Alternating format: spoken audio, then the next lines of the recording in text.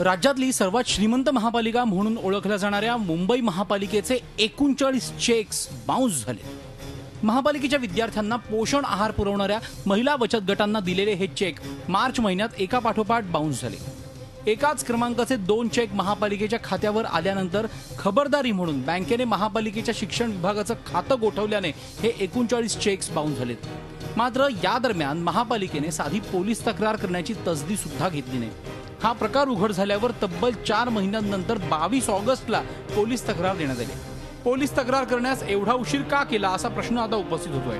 पण तुमच्याकडे एवढं मोठं लीगल डिपार्टमेंट आहे, स्वतः तुम्ही आयुक्तांना बोलला असता तर आयुक्तांना एक राकेश मारेनं फोन केला असता आणि समोर तुमची एफआयआर लॉन्च झाली असती, त्याला फार वेळ लागण्याची गरजच नव्हती।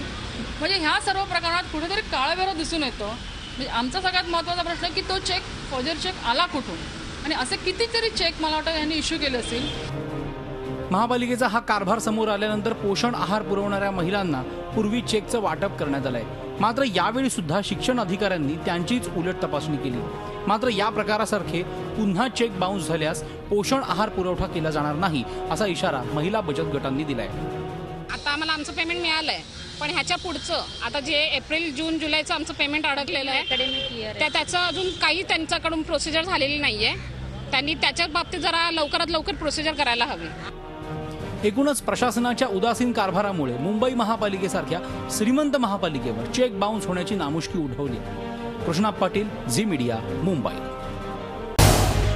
झी 24 तास रहा एक पाऊल पुढे।